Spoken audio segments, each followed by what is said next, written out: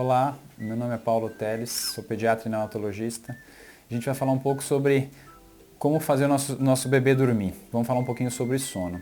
Acho que é importante a gente começar falando sobre segurança. Como é que a gente vai colocar o bebê para dormir? É muito importante falar sobre a maneira segura e o que vai diminuir o risco de um nome feio, de uma situação que a gente sempre teme, chamada síndrome da morte súbita, que é o bebê, na verdade a gente não sabe ao certo a causa, mas tem uma associação muito grande com a posição que o bebê vai dormir no colo. Então existem várias teorias, né? A principal delas é que o bebê acaba respirando o mesmo ar e aí ele acaba aumentando a respiração, aumentando a incidência de gás carbônico e muitas vezes faz uma asfixia. Na verdade, não tem associação com regurgitação ou com engasgar com o leite. São duas coisas completamente diferentes. E como a gente vai proteger o bebê? É importante a gente falar um pouco sobre o berço. Então, o berço do bebê tem que ser o mais simples possível. Eu costumo dizer para as mães que quanto menos você comprar, melhor vai estar o berço do seu filho. Então, nada de protetores. A primeira recomendação é que o berço não tenha absolutamente nenhum objeto. Então, o ideal é que não tenha protetor de berço. As almofadas podem dificultar a respiração do bebê. Se ele se movimentar e ficar muito próximo, ele vai ficar respirando o mesmo ar.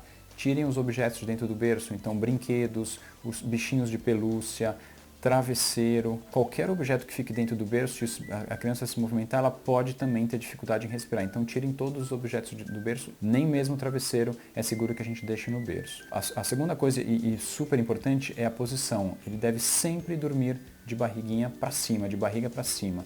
Por quê?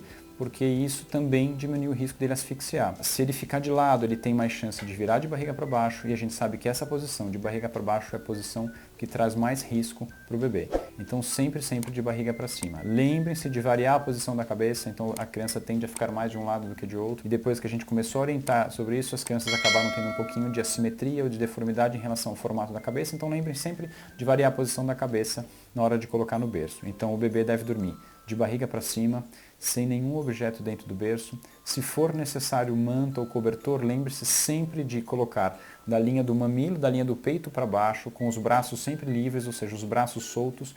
E não se esqueçam de prender muito bem essa manta embaixo do colchão, para que ele fique bem preso. E aí dessa maneira, com a movimentação da criança, por exemplo, com a movimentação das pernas, essa manta não tenha risco de ir para o rosto, não tenha risco de dificultar a respiração. Evitem inclusive as mantinhas e aquelas fraldinhas que a gente costuma colocar com o bebê um pouco maior, tudo bem, mas nessa fase inicial evite também.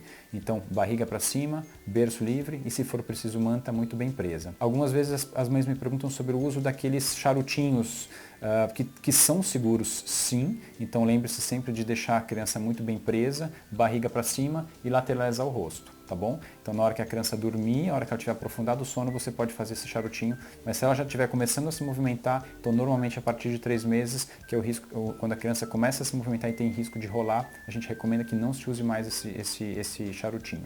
Então lembrar de deixar de barriga para cima, de tirar os objetos, deixar sempre os braços livres. O colchão deve ser um colchão mais para duro, então não é muito legal que a criança durma num colchão muito macio, isso pode atrapalhar e aumenta o risco de morte súbita também.